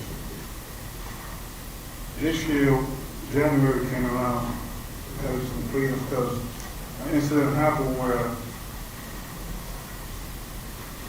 the mowers are cutting grass and they cut everything with flowers, whatever it is, and it makes the area look bad, it's bad period. So, like I say, I apologize for any hurt feelings or what it might be, I apologize for that. But the ordinance states that no artificial pictures, I mean, everything's in the ordinance. No artificial flowers. Yeah, if you need an order, if you need some direction, just contact me and I'll get you. Can I say something? Yes. Am I on? Okay, so you're saying with the artificial. So what about makeshift, just makeshift headstone? Is that approved? Where you can have like in a bucket and have like a thing, is that approved? Oh, it's not? Okay, so go across from the police department, go across there, I seen a makeshift headstone, we'll walk into it like with some concrete, with an old basketball there. And I'm not trying to go this way, that way, I'm just trying to see, get where you're going with it. Also, when you say as far as the mowers going over it with the zero turn, okay, so me as a child growing up, we wasn't allowed to walk on the grade, so why are they allowed to drive on the grade? This is all new, so, what you say? Well, back then, I used to push. I know that, so I know that's what you used to do. So therefore, if you're going around headstones, why they can't weed eat? I'm just asking, do they weed eat? Should I say, I'm asking that question? Okay. They go close to the platform. Okay. Without hitting any obstacles or debris that might be there. But some debris are, unfortunately, gets caught up in the bags and makes crystal fracture and so forth. And not only is that a makeshift, I seen other little things out there that's kind of makeshift. And I went, when it happened over here, I just went over there just to get everything matched up, Whatever I decide to do on one place, it's on one place. Okay. No matter what, I don't hold, I treat the same way, I do the same way. I don't try to, I understand you may not have even seen it, you probably didn't even see it, and whoever got that more may not have seen it, and may have thought it was okay, but of course, we're gonna have a sharp eye because when it happened to our loved ones. Exactly, Yes. So when it happened over here with us, okay, naturally we're gonna go see if it's happening everywhere else. I'm just calling spade a spade right now, So, that's how I feel. So another question I gotta ask, so when they're doing the mowing, when the headstones are there, so what happens if they accidentally crack it? Well, if they notify us, they'll be responsible for it. Okay. Like I said, if they notify us. Okay. But most of the time, we probably rectify that situation. All right. Thank you. Yes, ma'am. Well, yeah, if you have a headstone, then you have a base on that headstone. It's affixed to that headstone, and you have, where you put your flowers in that, that's fine. But once you get old, faded, and that's when you move. But something like that, you could stay in there and let it be and be no problem.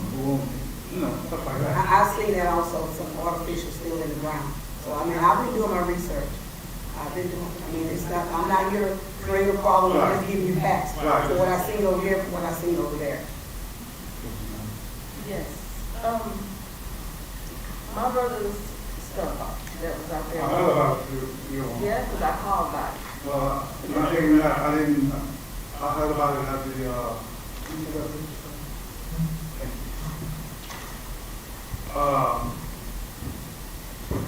who was a fire that had a,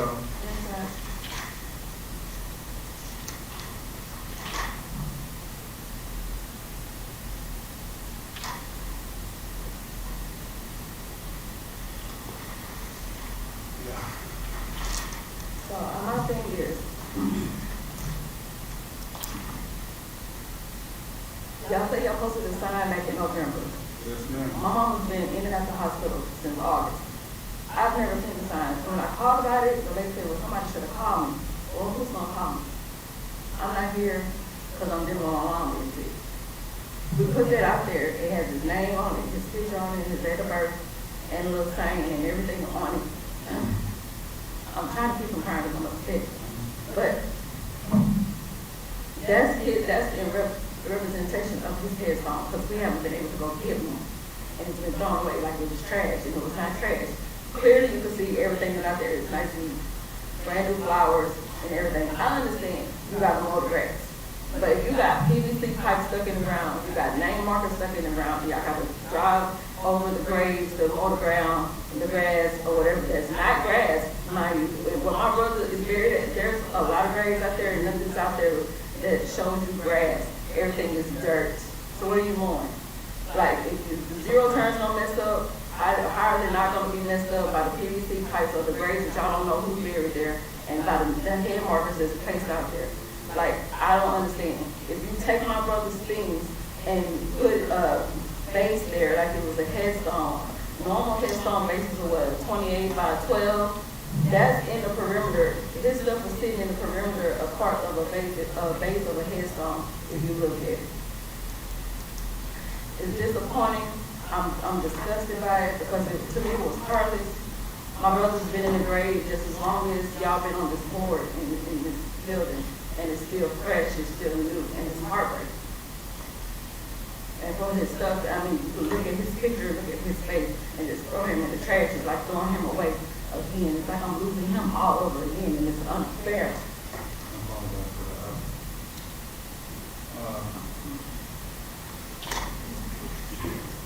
Well, to lighten the note, to ease it all out, y'all, you have a contract that does that contract?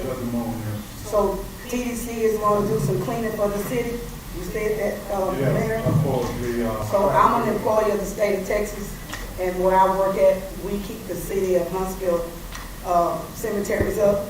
So you may want to get with the warden and see if he can send those inmates out and try to help out with your cemetery. That way you can take your contractor and put them out in the city.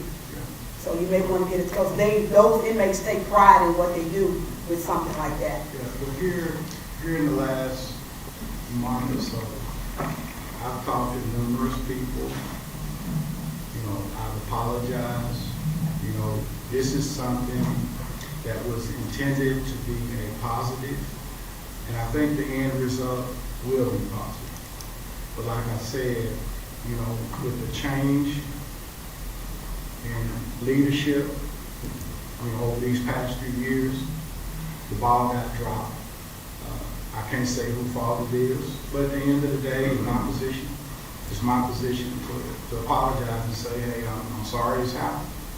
Going forward now, we have the same cemetery rules with any other city cemetery, anywhere else, though our rules are consistent. And my family, my wife's family, buried in city cemeteries, and as long on my watch, they're gonna all be taken care of equally. And when my time expires, I'll be buried in that cemetery.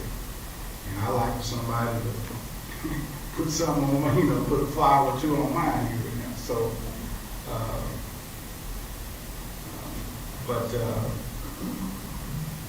going forward, like I said, y'all, just give us a chance, and we want to make the cemetery something that we can all be proud of, both cemeteries. And I am confident that we can do it.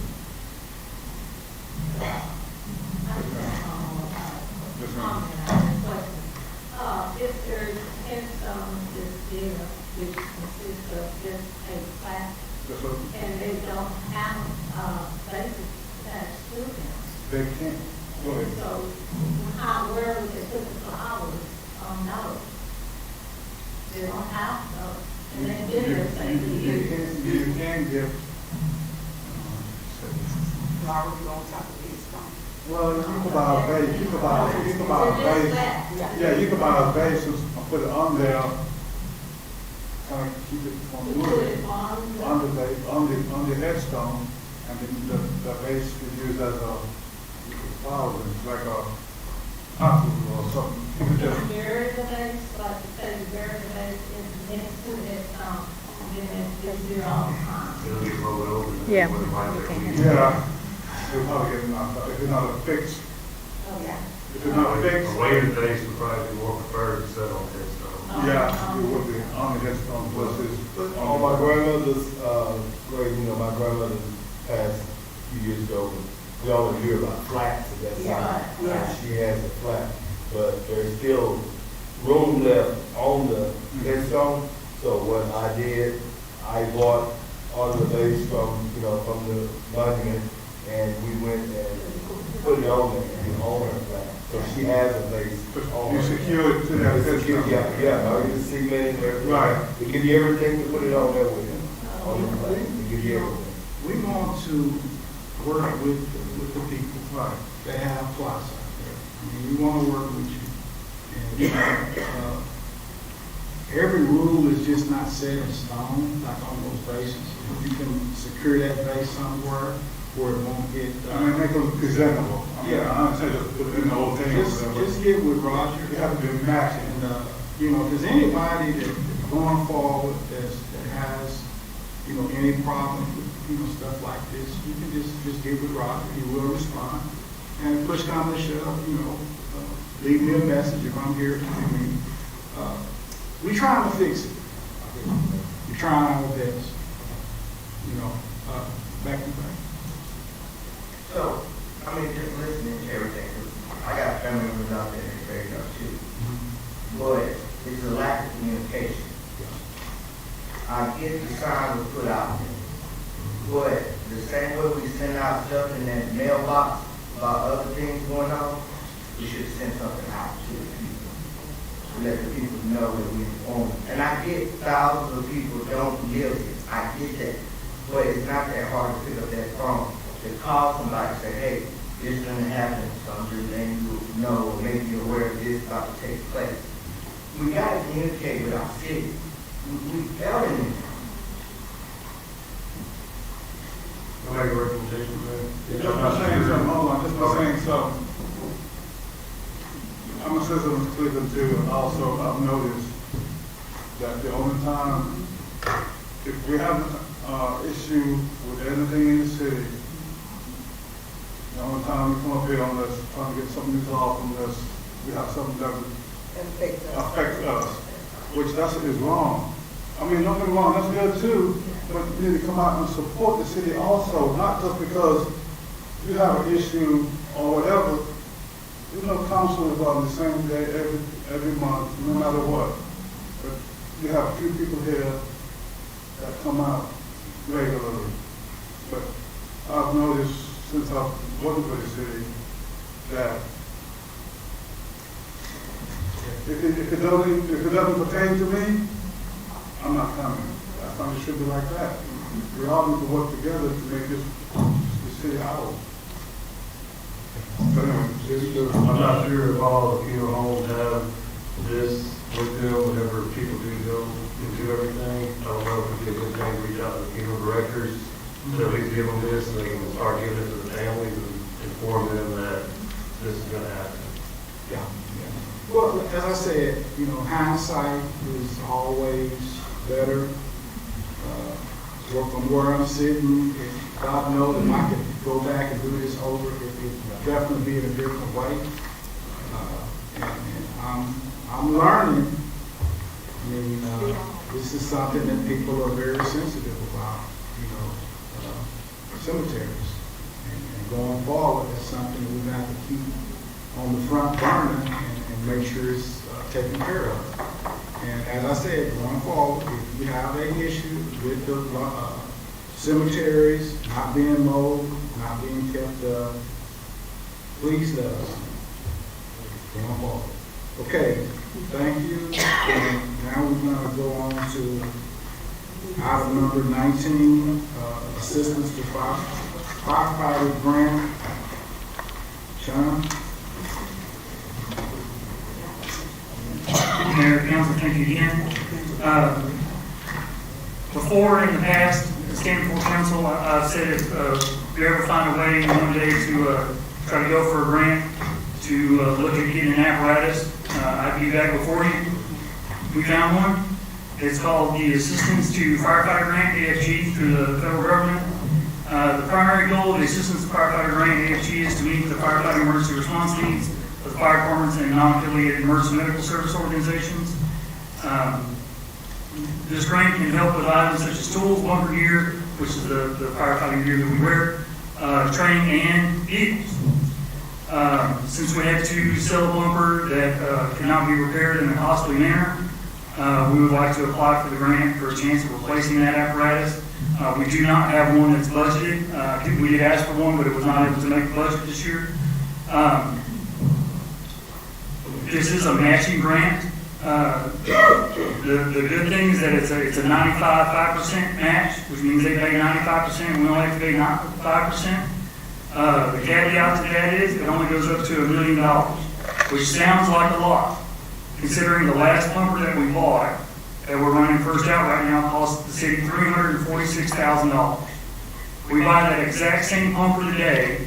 Now that company, although it still exists, was bought out by another company, but through the increase in prices and everything, that exact same bumper today costs $1.3 million.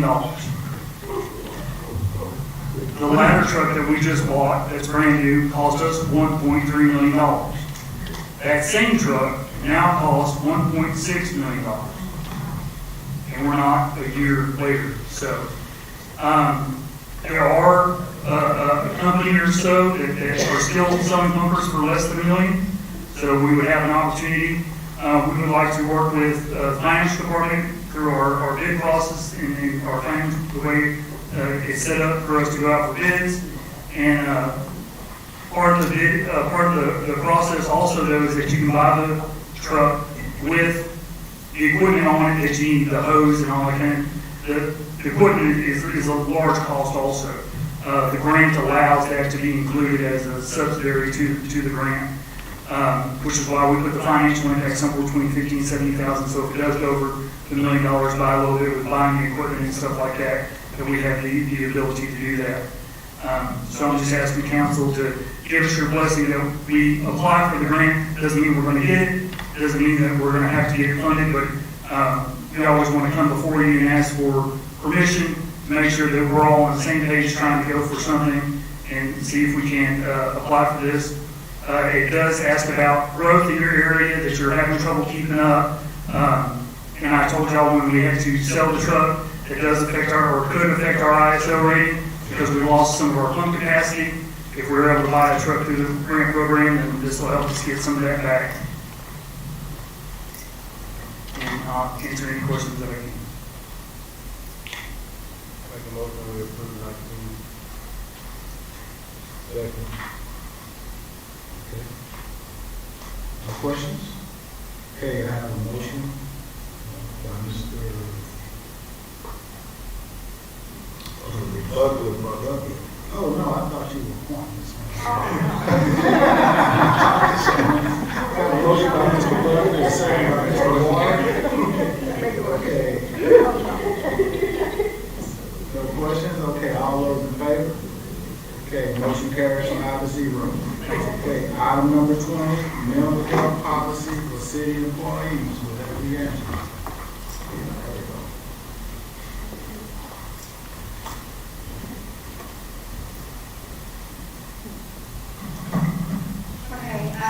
Ms. Desiree David wanted us to talk about mental health leave policy. In your packet, I did put our current policy that we currently have in place. However, June 18th of 2023, our governor passed the House Bill 1486.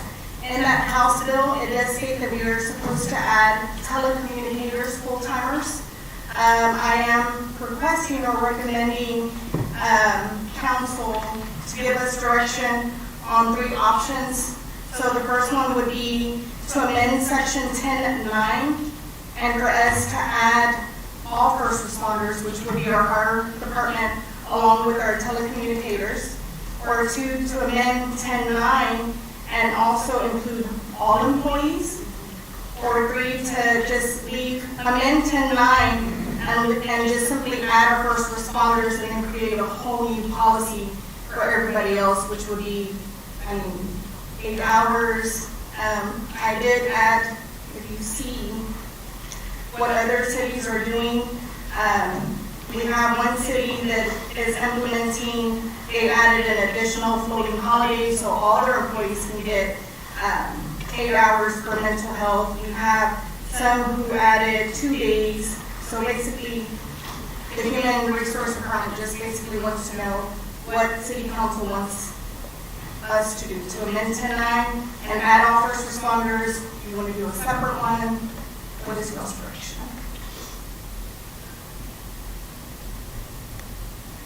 Also, that all first responders. Add all first responders? Yes. Okay. And anything for the rest of the city employees that are non-responders? I say add everyone. I think everyone should be included in the mental health. Do they have certain stipulations that accumulates the mental health day? So, yes. If we did everybody.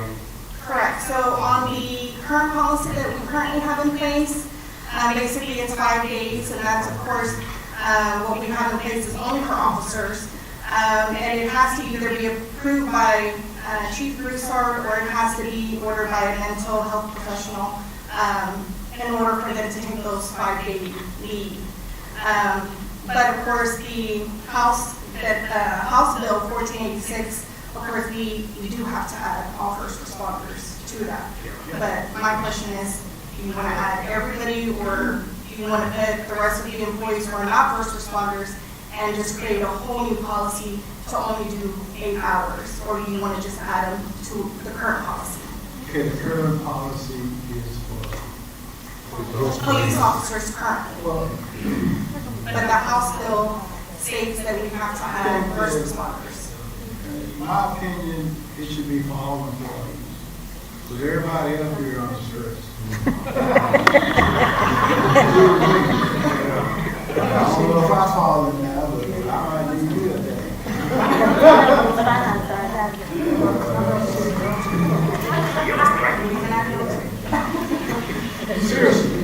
Seriously, I think it would be only fair. I tell a lot of the employees that work here at City Hall, and I always tell them that, when people come in to City Hall, they're not coming to tell you how good of a job you're doing and drink coffee with you. Somebody comes to City Hall, they here to pay a bill, or settle a bill, or complaining about something. And day in, day out, that could be a strain. I worked in public service for a long time, in my career. It's not easy. That's just my suggestion. We do it for everybody. It is the council's decision. So if you did, so you're recommending an 8-hour also. So that would be if somebody wanted to use a floating holiday, opposed to a mental health day, or? So basically, the current policy we have right now, with your recommendation, we would amend to put all first responders. So they would be eligible for the 5 days. Of course, with the approval of both chiefs or with the licensed doctor, correct. Then my recommendation would be to put in place a mental health day that we have for all other employees, and basically it would be just 8 hours. But then again, it's up to y'all. Y'all want to add them to the policy? The difference is our current policy is we got stipulation. So you get that approval of the director, or you gotta have a licensed professional give you that. Whereas a lot of cities they're going away from that altogether and just say, we'll give you a mental health day, no questions asked, where it's 1 or 2 days of the city doing. And so our current policy, that's why we're asking for direction. So what we'll do is we'll get direction tonight, and then we'll bring it back next month for an actual policy adoption based on the directions you provide for us. And so we can either add all first responders to our current policy.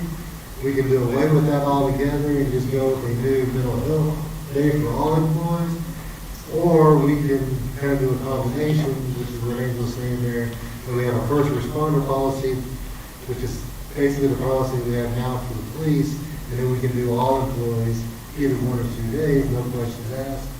They just call in and say, hey, I need a mental health day today, and that's it. Or any combination thereof. Or add everybody to the policy. Or you can just put everybody in the same policy that we already have. But it has those stipulations. You can't just call in and say, mental health day, you're not coming in today. You know, you've got to either have permission from your director, or you have to have permission, or you have to have a note from your mental health professional. I'm leaning more towards all first responders, and then, like you said, 1 or 2 days employee calls in.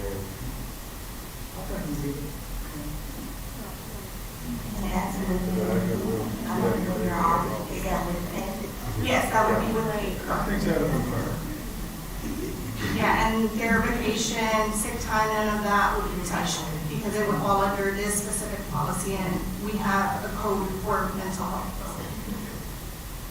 I think it's a good thing to be proactive about that, because, you know, if you look at what's going on, you know, you got people going to these jobs, and, you know,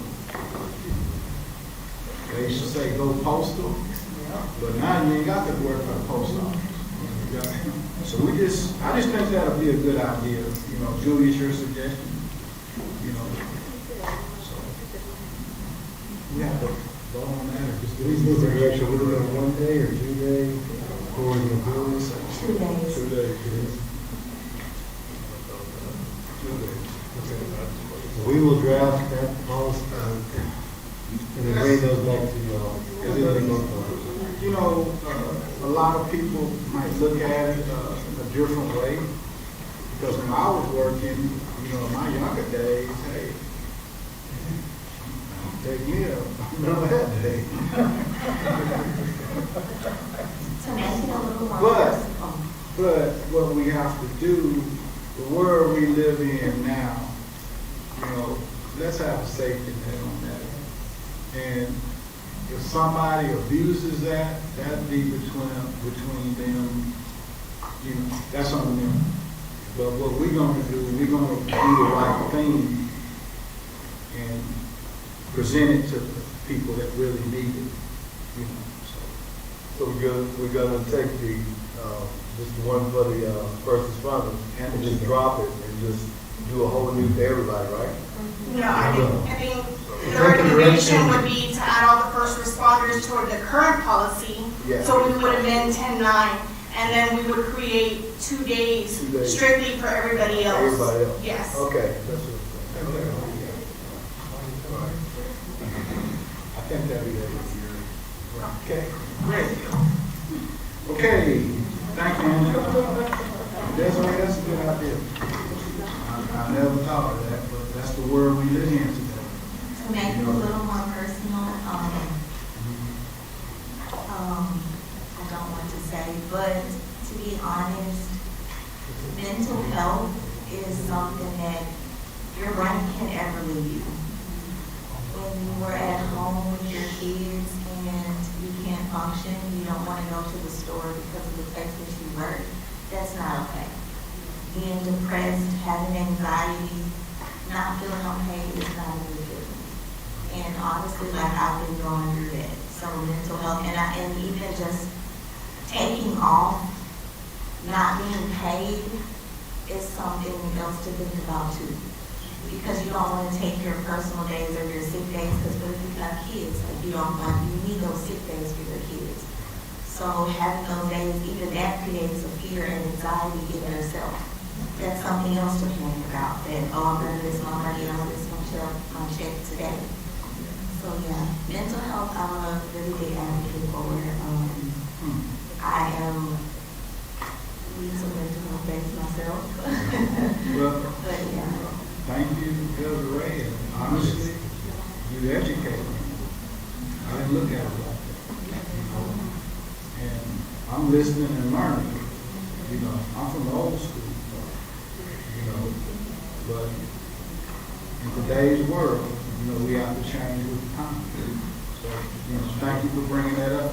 Okay, we're gonna go on to item number 21, appoint a solid waste and recycling proposal evaluation committee. So Mayor and Council, on this one, as you all know, we are going through the process for our solid waste and proposing possibly adding recycling to our city as well.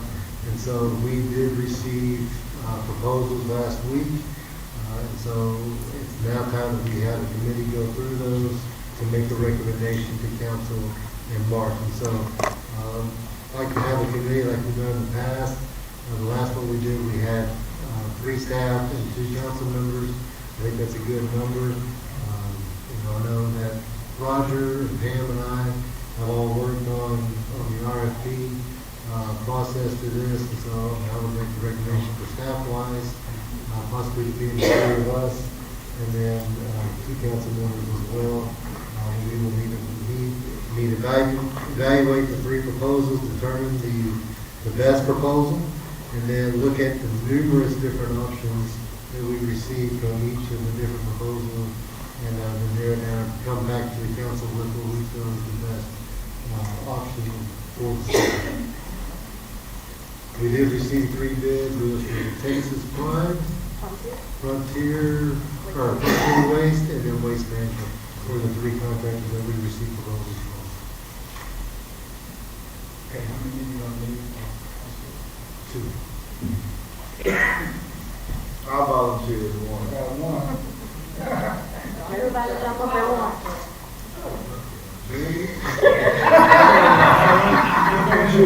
And I recommend I'm a volunteer. Okay, we got council number 1 and 2. Volunteer. We have some homework for y'all before we leave. Okay. Now, that'll be it. We need to vote on official. Okay. I need a motion.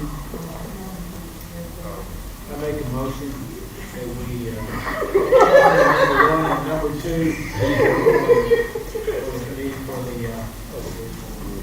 Okay. All those in favor? All those in favor? We have a second? Yeah, second. Have a second by Mr. Walker. Okay, all those in favor? Okay, motion carries 5-0, meeting adjourned.